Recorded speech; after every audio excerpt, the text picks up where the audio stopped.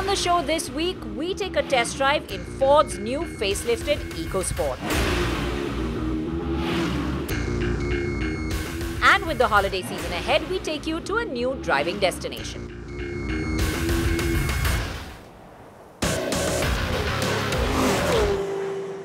With the Maruti Vitara Brezza storming the sales charts and the brand new Tata Nexon winning praise and accolades for its design and its great overall package, it's easy to forget the car that started the craze for compact sub-4 meter SUVs in the first place. That's right, I am of course talking about the Ford EcoSport. Now over the years, as the competition mounted, Ford gave it small incremental updates to try and keep it in the game. Now however, it's time for the big one, the mid-life facelift, and I can assure you it's more than just a small nip and tuck.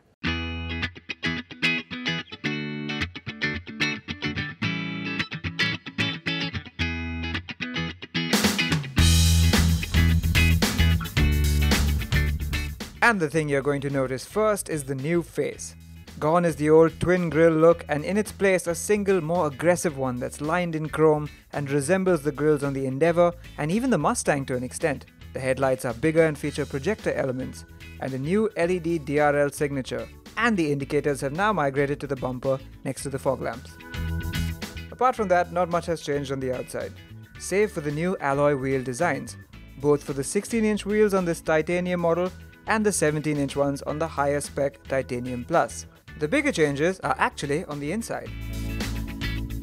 So as you can see, a lot has changed on the inside of the Ford EcoSport, and let's start with this steering wheel, which is brand new. It's got some really nice soft leather, so it feels nice to hold. It looks rather contemporary and it's finished very well, especially these control buttons over here. There are new stalks, a new instrument cluster, and of course the brand new center console with this touchscreen front and center, but more on that later. Thanks to all the new additions, there's a lot of new switchgear which is really well made, but I have to say that overall there are still a lot of hard plastics in the cabin, and that's a bit of a shame. Still, you can't argue that all the changes have amounted to an altogether fresher and more modern looking dashboard. The central AC vents have been moved lower down, and below them are AC controls similar to those in the Figo and Aspire. You also get two illuminated USB ports on the dash, a new handbrake and bigger cup holders. Underneath the new armrest is a storage bay, but it's too narrow and too deep to be truly practical. And though the new instrument cluster is neat and easy to read, it just looks a bit too plain, even compared to the old car. But then you get to the touchscreen, which is truly one of the best around. It seems set too far forward, but then you realize it's easier to reach that way. It's bright, slick as a smartphone, and it uses Ford's latest Sync 3 system, which is really well thought out. It does miss out on navigation, but you do get Apple CarPlay and Android Auto. Top spec cars are pretty well kitted out too, with things like 7-color ambient lighting, 6 airbags, voice commands, emergency assist, and even a tire pressure monitor. So a lot is new if you're sat in the front seats of the EcoSport, but what about if you want to sit at the back? Now, not a lot has changed in the back seat of the Ford EcoSport, apart from the fact that maybe the seats are a little bit more contoured this time, making them a bit more supportive. As before, you sit quite high up, and the EcoSport makes use of its vertical space to give you room in the back seat. That said, legroom is decent, but it isn't quite as much as a Vitara Brezza or a Tata Nexon, and I suspect it's not as wide either. Headroom is still good and thigh support is excellent. But in case you were wondering, no, Ford hasn't engineered a rear AC vent into the EcoSport. The seats no longer recline either, but instead you can now flip them down much easier with a touch of one button to free up more space in the boot.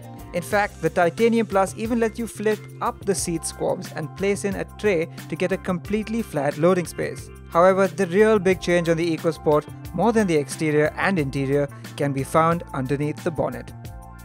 Now, making its debut under the hood of the updated EcoSport is a brand new 1.5-litre petrol engine codenamed the Dragon. It's closely related to the 1-litre EcoBoost engine, and that means it's very compact and rather state-of-the-art. However, while the EcoBoost motor has an iron block, this one is all aluminium, so it's quite light too. It also has a balancer shaft and roller finger followers to help reduce vibrations and improve refinement. They have left out other expensive bits like the turbocharger and direct injection, but they've still managed to extract a power output that's just 2 horsepower less than the EcoBoost.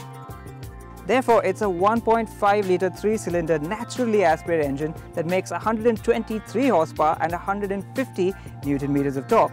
Now on paper, that's pretty good for this size of engine, but let's see what it's like out on the road.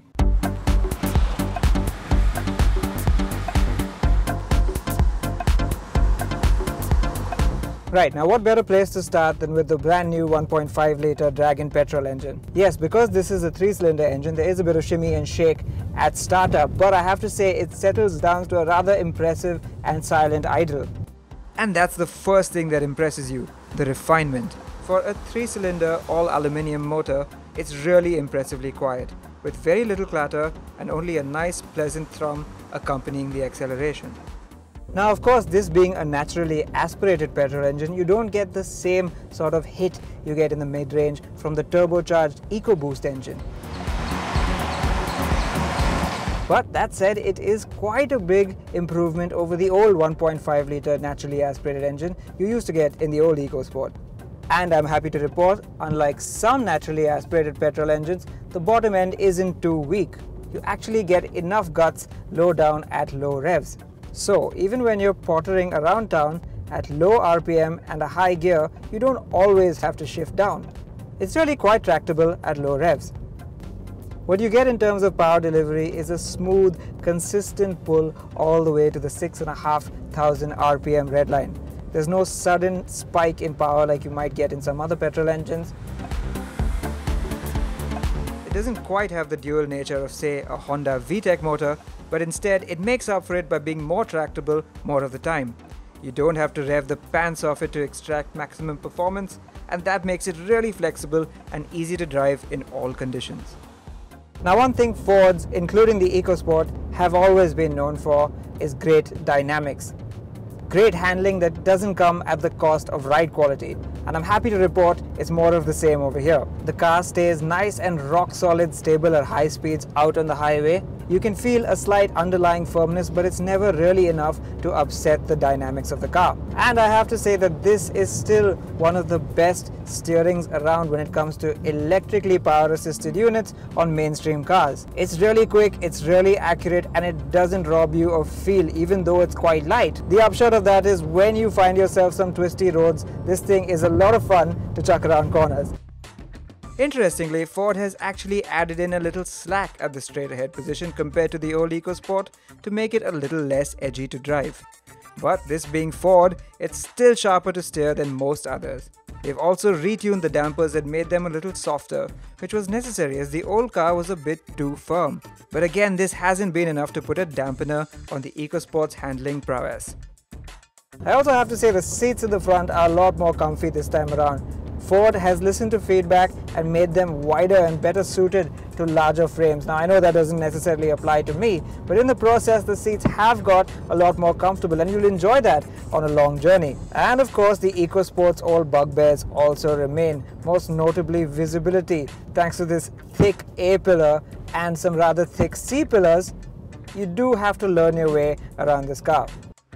And that's the thing about the EcoSport. There's a lot that's new, but also a lot that's familiar. You will still be able to get it with a diesel engine and with an automatic gearbox on this 1.5 petrol, so expect reviews of those versions to come soon.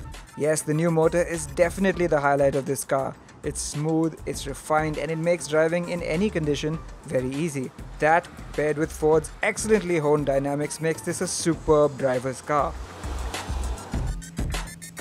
Then there's the new look at the front and the revised interior with that superb touchscreen that really make it feel modern and up to date.